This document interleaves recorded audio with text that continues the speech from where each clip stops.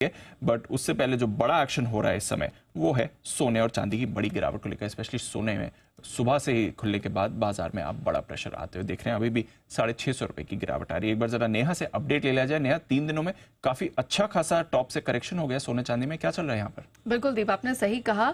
आप कह सकते हैं इस हफ्ते लगातार दूसरा ट्रेडिंग सेशन, अगर 24 घंटे की बात करें, सोना 24 घंटे के टाइम फ्रेम में 85 से $90 अंतर्राष्ट्रीय बाजार में गवा चुका है।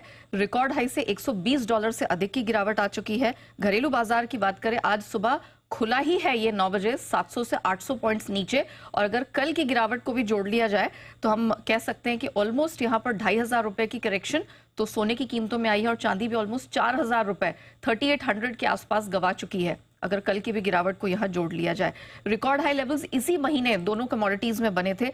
73,958 सोने का रिकॉर्ड हाई था, वहां से 4,500-5,000 रुपए की करेक्शन आ चुकी है।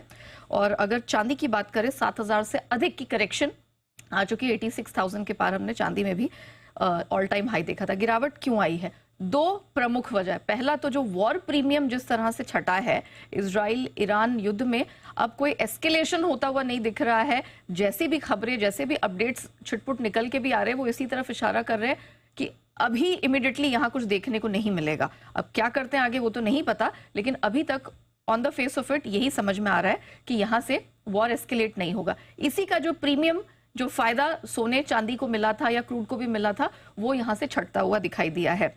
सुरक्षित निवेश की डिमांड यहाँ से हल्की हुई है।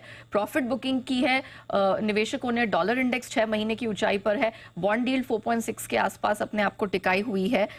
लगातार 4 हफ्तों की स्ट्रेंथ थी, उसके बाद हमने प्रॉफिट टेकिंग आते हुए देखी। और सबसे महत्वपूर्ण, अमेरिका में ब्याज दरें जो घटने की संभावना लग रही थी, वो यहाँ से अब उसकी भी उम्मीद है वो धूमिल होती दिख रही है। तो ये बड़े फैक्टर्स हैं जिसकी वजह से गिरावट दिखी। कुछ एक्सपर्ट से मैंने बात की, एमिरेट्स मानते हैं कि 69,000 तक सोना आ सकता है, चांदी 77,000 तक नीचे और हल्की हो सकती है।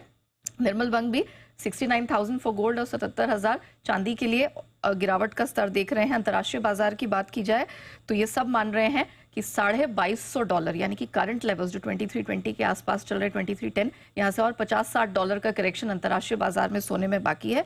और जहां तक चांदी का सवाल है, उसमें भी $26-26.5 तक के लेवल दिख सकते हैं।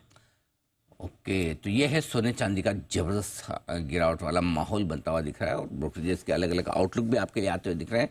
लेकिन इसके अलावा का एक्शन कमोडिटी बाजार का तैयार है दीप आप? बिल्कुल सर, रुपया आपका कल के बड़े पुल बैक के बाद आज भी अच्छे मोमेंटम है। तो चलिए, ये एक अच्छी खबर आ रही है कि रुपए में 2-3 दिनों से आपको अच्छी स्ट्रेंथ आती हुई दिख रही है।